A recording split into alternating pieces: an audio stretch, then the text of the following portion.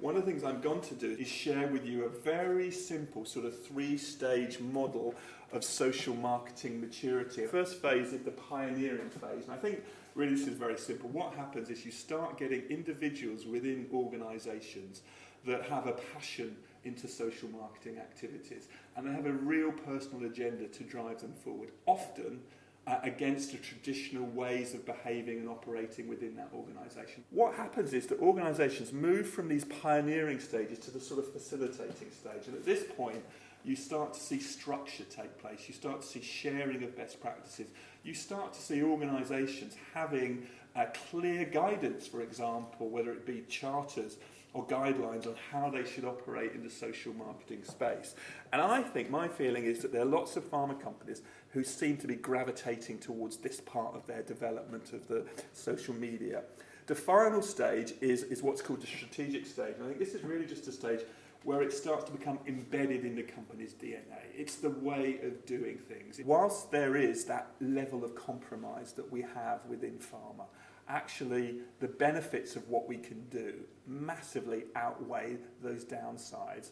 And I think just to demonstrate that, I'm going to show you some case studies that I think really add value, understand that compromise, but still end up in a great offering. So this is Jensen, Psoriasis 360. What's nice about it, I think, is that it's a complete package. So you have at its heart a campaign website, but that site is surrounded by a digital ecosystem. So it's got an app that's much more about identifying the severity of your psoriasis. It's got a lovely Facebook page, Twitter, and a YouTube channel which has both user-generated video, but also video that Janssen has supplied of sufferers talking about their psoriasis. I think one of the things they learn is that psoriasis and any skin condition is a very visual complaint. So being able to see it is much better than being able to read it. I think, interestingly, when people talk about Psoriasis 360, the focus has been the Facebook page. I think, though, actually it's the campaign site that probably adds much more brand value. It's about getting patients to assess the severity of their condition and almost to get them to strive for better treatment. The more patients that you've got demanding better treatment, the better it is for their brand.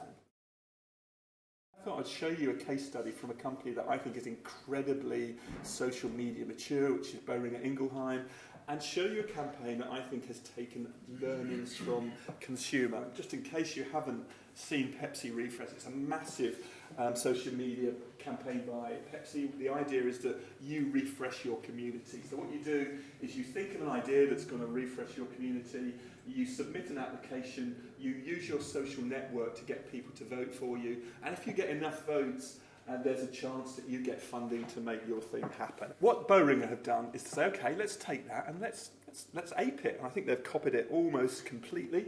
Their program is called One Mission, 1 Million, and they have €1 million that they're going to make available to any activity that can help prevent stroke related to atrial fibrillation. Exactly the same process as on Pepsi Refresh. You you write an application for what your program is. Importantly, that gets vetted by key opinion leaders, medical, just to make sure that it is going to do what we think it is going to do. And then you activate your community to get that voted. And then there's a decision period where the money gets shared out. And interestingly, this is just at the phase now where they've closed the voting, they're just deciding on where that money's going to get spent. But in my mind, when I've looked at the site, there's lots of engagement, lots of people suggesting initiatives. In summing up, my feeling is that actually there are some real pockets, I think, of strength and social media maturity. I think there are opportunities for pharma to run engaging social media activities that have a real benefit, not just to patients, but obviously to healthcare professionals alike.